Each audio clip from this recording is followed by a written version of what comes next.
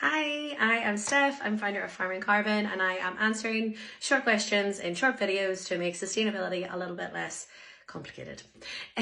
So today we're going to be talking about the notion of offsetting. Sure, we can just offset that. Offsetting is a very limited solution for any businesses that realistically want to be in line with 1.5 degree goals or the SBTI or any of the kind of mainstream reporting standards that are out there. For example, SBTI, they have a clause within that. So when a company agrees that they are going to reduce their overall carbon emission, their scope 1 and 2 carbon emissions by 50% before 2030, and they're going to reduce their scope 1, 2 and 3 emissions entirely and become net zero by 2050, what they are agreeing in that is that there is less than 10% of that will be offset. So they need to get from 90% less than where they are now and be prepared to pay for offsetting the remaining 10%.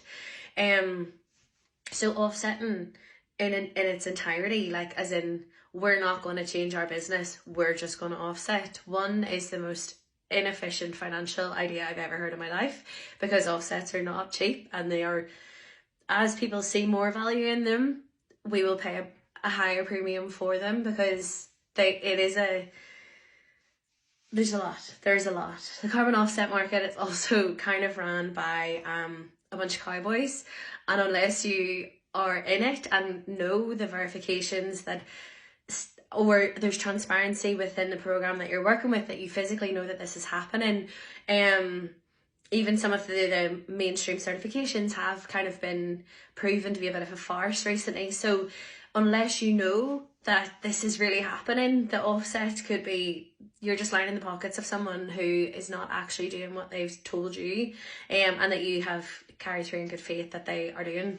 So offsetting is definitely one to definitely minimize. If you really need to go for it at the end, that's okay, it's an option, but it can't be the be all and end all. So definitely consider increasing the efficiency of your business, getting clear on your measurements, understanding your baseline, and if you're lost with on any of those three things, I can definitely help you with that.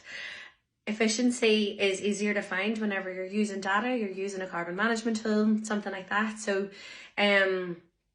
otherwise you're just sort of plucking straws, like you don't know which one is going to make a difference. So yeah, give me a shout if you want to know a little bit more, but that is what carbon offsets are. Yes, they are okay to use at some time.